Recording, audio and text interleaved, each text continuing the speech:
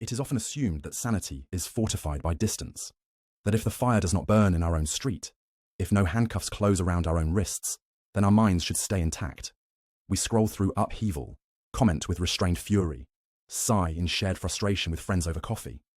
And yet, behind the protective glass of our screens, something quieter but far more dangerous can take root.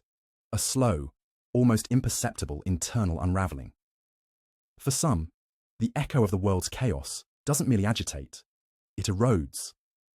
Most of us possess an unspoken agreement with ourselves that what happens out there stays out there, that political insanity, tyranny, and collective cruelty are manageable so long as we remain observers rather than participants. We call it perspective. We call it balance. But what if that boundary is more fragile than we realize? What if, for some, the external world doesn't respect such fences? Virginia Woolf, perhaps the most luminous literary voice of her century, lived in a quiet village in England, far from the epicenters of war and horror. No air raid siren shrieked outside her window on most days. No soldier banged on her door. And yet, she collapsed. Not suddenly, but like a shoreline slowly taken by the tide.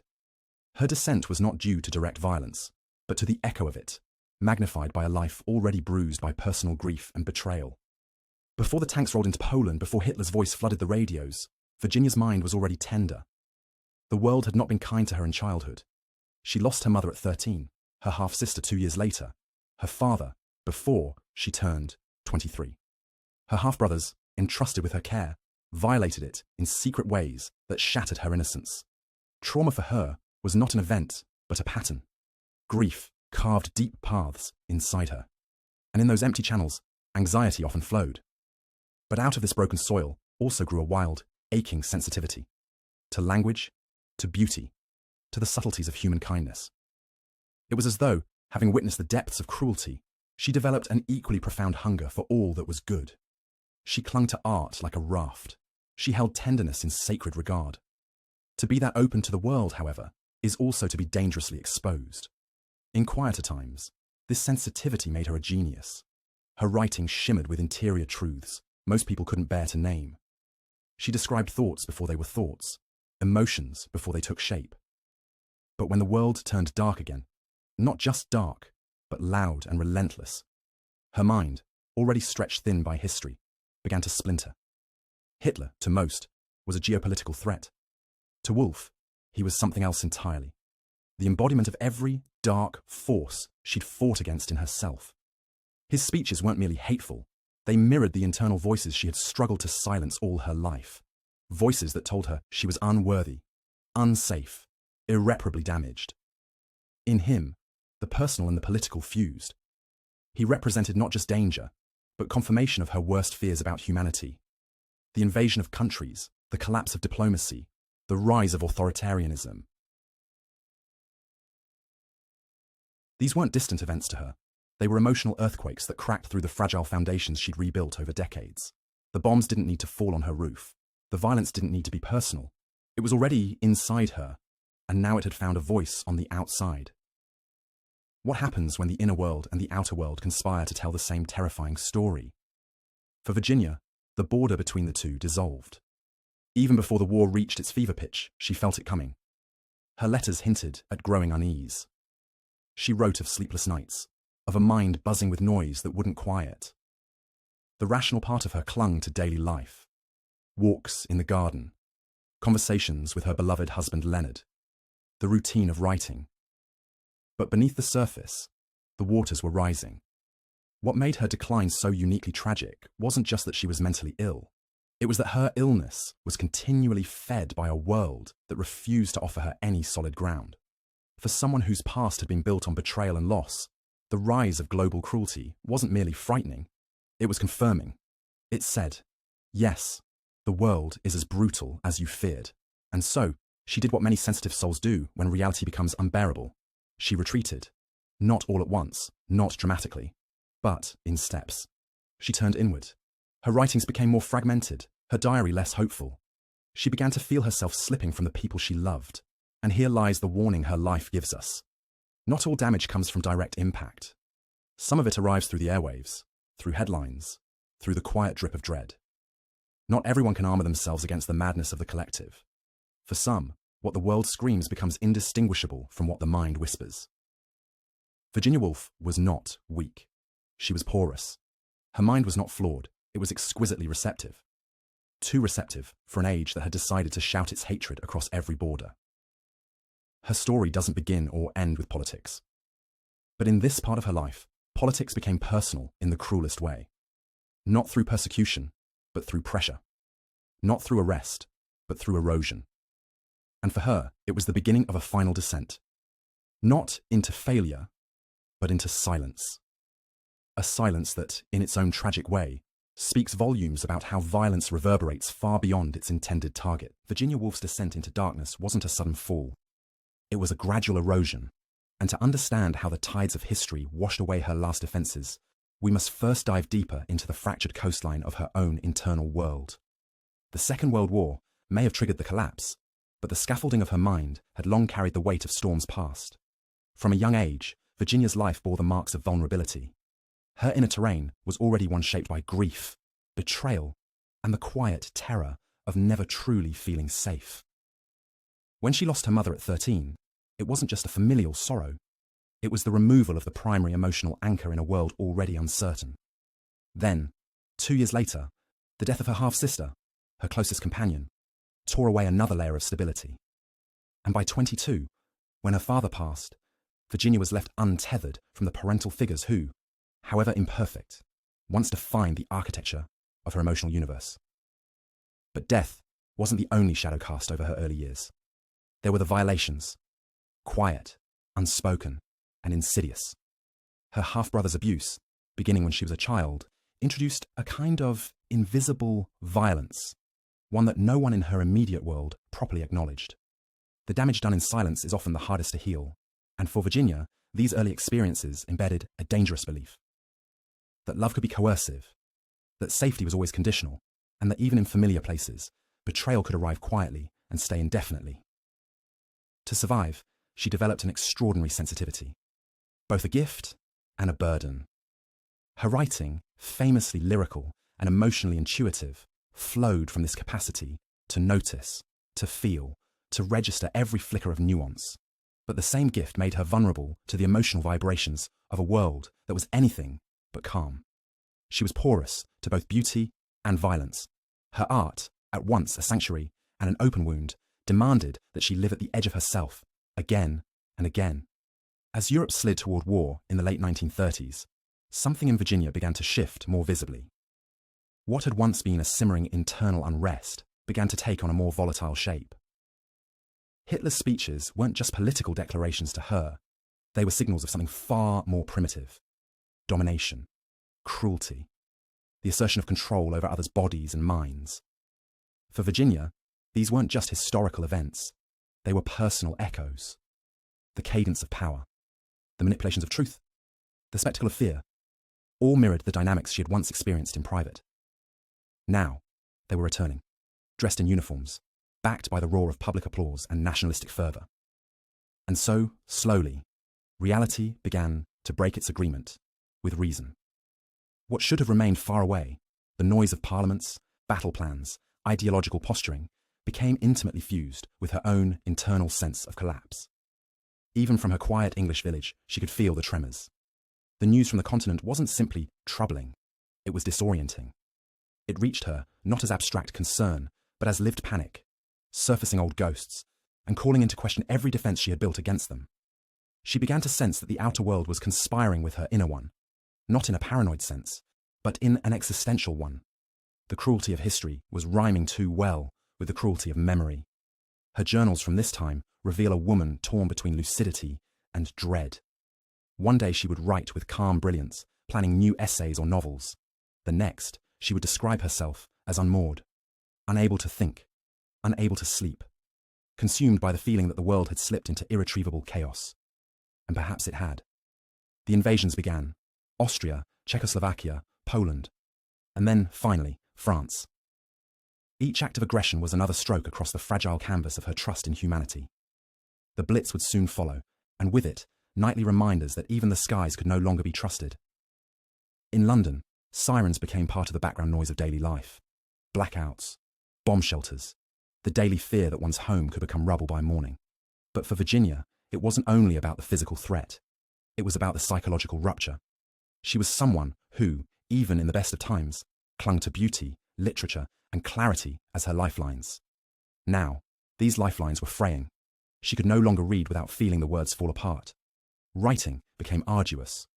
Thought, once fluid and musical, turned jagged. The war didn't need to break down her door to reach her. It only needed to break her connection to coherence. And that, increasingly, it did. Her husband, Leonard Woolf, noticed the change. He had always been her guardian in many ways, loving, practical, devoted. He adjusted their routines, tried to limit her exposure to distressing news, monitored her moods. But even he couldn't shield her from the noise gathering in her mind. In moments of clarity, Virginia would acknowledge that her fears weren't always rational. But then the clarity would vanish, and the fog would roll in again, thick and suffocating. She described hearing voices, faint at first, then louder. She spoke of feeling watched, followed, targeted, not by people, but by sensations, thoughts, fragments that no longer obeyed logic. She was, in the language of today, relapsing into psychosis. But that label, clinical and cold, does little justice to the emotional truth. She was losing her tether to the world, and she knew it. What made it more unbearable was her insight. Unlike some who experience mental breaks without awareness, Virginia knew exactly what was happening to her. She had been here before. She remembered previous collapses. She remembered the hospitalizations. She remembered the terror of not knowing what was real. And she remembered the effort it had taken to come back from those places. But now, with the world itself collapsing, she doubted whether she had the strength to make that journey again. The pain wasn't just fear. It was grief. Grief for her own mind. Grief for the illusion that art and thought and kindness could somehow insulate us from history's violence. Grief for a world that had once, despite everything, seemed capable of recovery. Now, all of it felt irrevocably broken. Still, she fought. She continued writing. She continued talking with friends. She continued trying to find small moments of order, arranging flowers, walking in nature, reading poems aloud. But each effort cost more, and each day brought new reminders that the tide was rising. By early 1941, the voices had returned with force. They mocked her, they confused her, they suggested things, then contradicted themselves.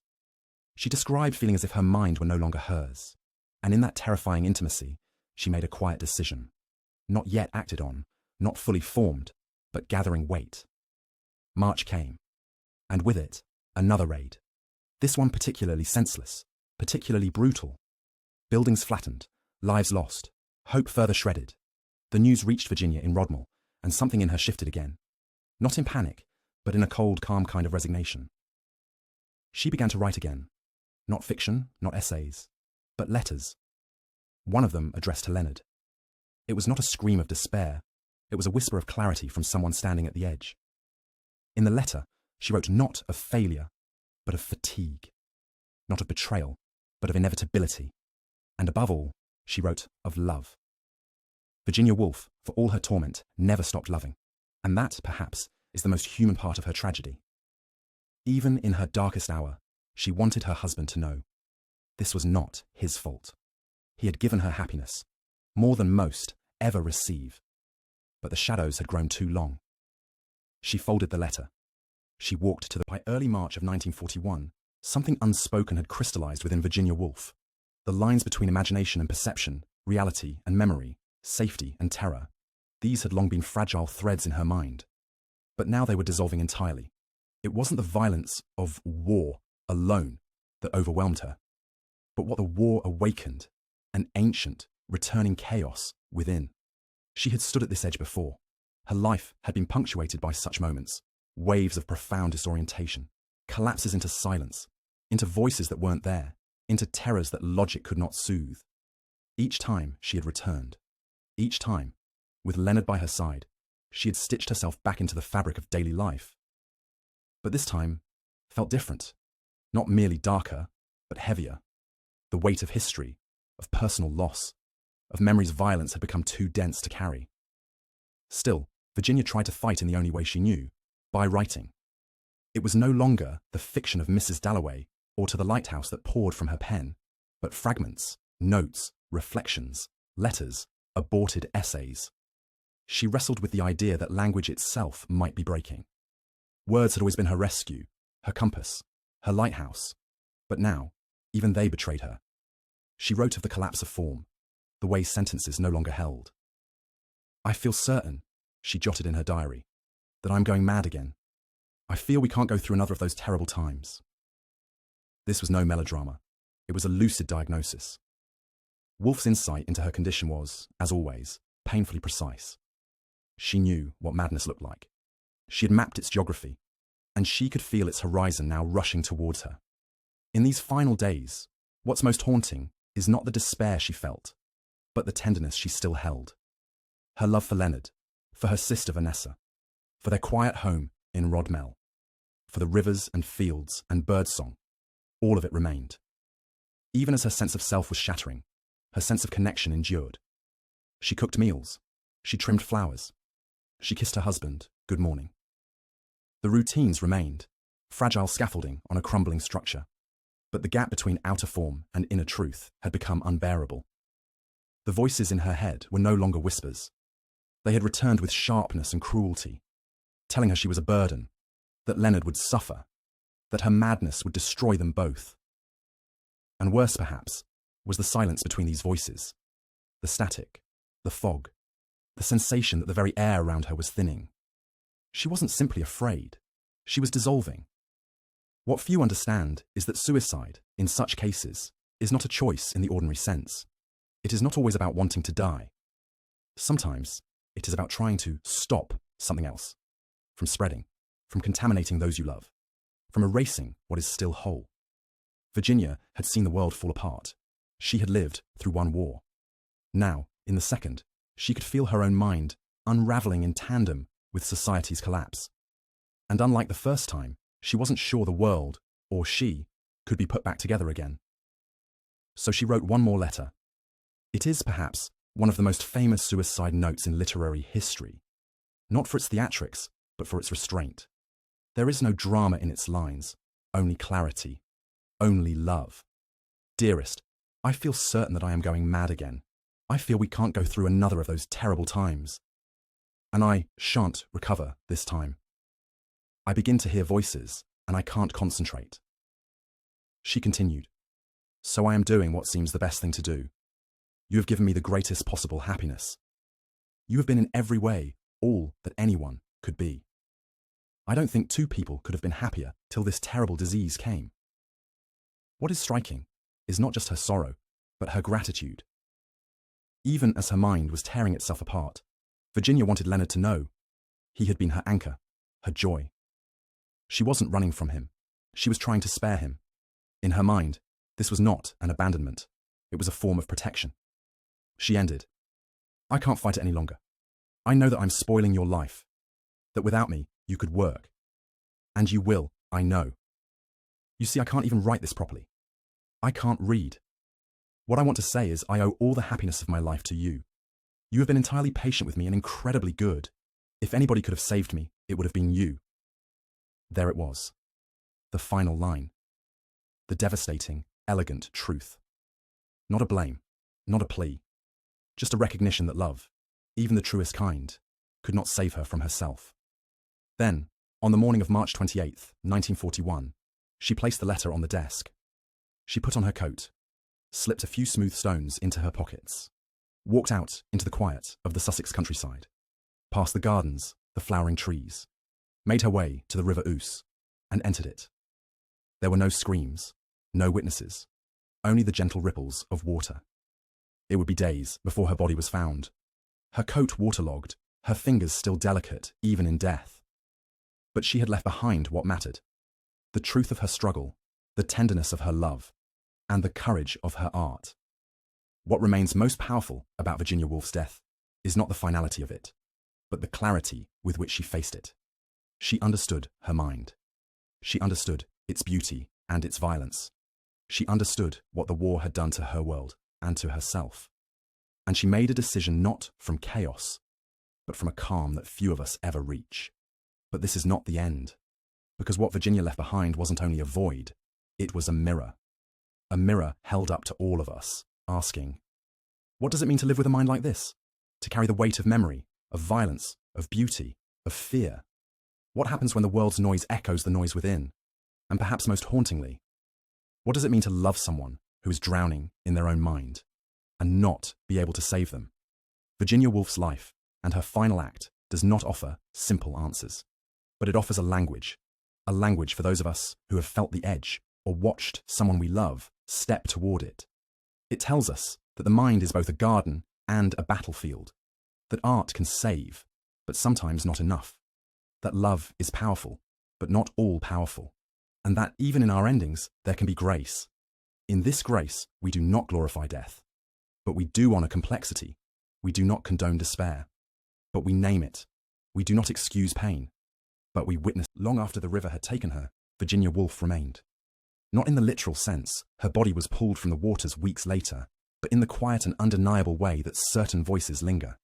She became a presence beyond pages, a memory etched into literature, psychology, and history, not simply as a writer, but as a symbol of what it means to feel too deeply, to see too clearly, and to carry a mind that could not survive the weight of the world it witnessed. Virginia's death was not just a personal tragedy, it was a mirror held up to society's most uncomfortable questions. What is the cost of sensitivity in a world that thrives on noise? How much violence can one's soul absorb before breaking? And what does it truly mean to go mad? Not metaphorically, but actually, irrevocably, tragically. History often forgets the minds it breaks, especially when those minds do not break publicly. Woolf's life challenges that silence. Her writings, even in their pain, offer language where previously there was only stigma. She gave voice to internal landscapes many never dared describe. Through her, madness became not just medical, but metaphysical. Not just pathology, but poetry. Her suffering was not unique, but her ability to translate it was. In the years following her death, mental illness, especially among women, remained largely taboo. The post-war world raced forward, eager to forget the darkness. But Woolf's words could not be erased. They haunted bookshelves. They resurfaced in classrooms. They were whispered in therapists' offices, where generations of readers, mostly women, found echoes of themselves in her characters. In Clarissa Dalloway's performance of happiness, in Septimus Warren Smith's fragmentation, in the fluid consciousness of Mrs. Ramsay, always absorbing, always eroding, and in Woolf herself, whose diaries, posthumously published, read not just like chronicles of a writer, but like case studies of a soul under siege. Yet to reduce her to an illness is a second kind of violence. Virginia Woolf was not just a woman who suffered. She was a woman who understood suffering, its shapes, its shadows, its disguises. She understood how the world teaches certain people to internalize blame, how those with early trauma often mistake abuse for truth, how emotional abandonment becomes a default lens through which all kindness is questioned. Her early life had been marked by absence, by invasions, by betrayal. She was not handed stability, she crafted it, piece by piece, word by word, through tea rituals, through morning walks, through the rhythm of typewriter keys and the companionship of a Leonard. Every small act was resistance, every sentence was survival. In the wake of her death, this truth began to illuminate more than just her own story. It became a lens for examining how trauma echoes across time. By the late 20th century, Woolf's work was being read through a new lens. Feminist, psychoanalytic, political. Scholars began to see what her art had always tried to say, that madness is not always irrational. Sometimes it is the most rational response to an unbearable world. That internal collapse can be the end result of societal neglect. That a sensitive psyche may not be defective, but overloaded. This reframing changed more than literature. It began to change how we view human fragility itself. In Woolf, we saw a prototype of the modern sensitive mind, the kind that doesn't merely live through the world, but absorbs it. A mind that doesn't just observe cruelty, but feels it at the cellular level. And this has made her a figure not just of the past, but of the present. Today, we see her legacy in the way we discuss mental health openly, though we still have far to go. We hear her voice in the conversations around PTSD, around artistic temperament, around the cost of sensitivity in systems that reward detachment. In many ways, her life predicted our collective reckoning with psychological suffering. But perhaps most powerfully, Woolf gave language to an invisible grief. The grief of being alive in a world where beauty and brutality exist side by side. For every person who has looked at the sky and wept without knowing why. For every artist who has loved the world too fiercely to survive it comfortably. For every soul who has tried to translate the chaos inside them into something others could hold. Virginia Woolf is a silent patron saint. And yet, her story also carries a challenge. She reminds us that empathy without boundaries becomes erosion. That love, while profound, cannot always rescue someone from their inner tides. That those who carry unhealed wounds may need more than companionship. They need protection, not just from the world, but from themselves.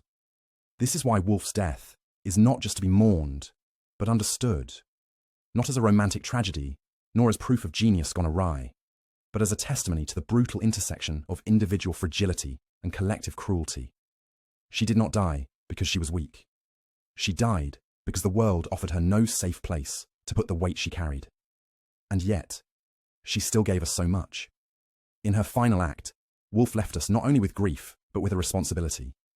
To listen more carefully, to speak more truthfully, to ask, who among us might be breaking and hiding it behind politeness? Who feels too much and has no place to lay it down? Her story urges us to build better lifelines, not only for artists or for the visibly distressed, but for anyone whose tenderness is mistaken for resilience. Because there are many kinds of war. Some are fought with tanks and bombs. Others are fought in bedrooms, in notebooks, in the quietest corners of the mind. And sometimes, those who fall in the latter never make it into history books. Except Woolf did. Not as a casualty, but as a witness. A witness to the invisible wounds. A witness to the cost of silence. A witness to the truth that even the most brilliant, most loving, most self-aware among us can be undone. Not by madness itself, but by a world that refuses to cradle it. Closing reflection. In a century that witnessed unspeakable violence, Virginia Woolf became a voice of inner war. A war waged not with enemies, but with memory. Not with nations, but with emotions. And in doing so, she offered not only beauty, but warning. To this day, when the world grows loud and the air feels thin, we return to her sentences, not for escape, but for validation. She taught us that it's possible to feel too much and still right, to fall apart and still matter, to walk into a river and still leave behind a legacy that keeps others afloat. Let her name remind us that no act of tenderness is ever wasted, that no cry for help is too small, and that within each fragile mind lies the capacity not only to break, but to illuminate the darkest corners of being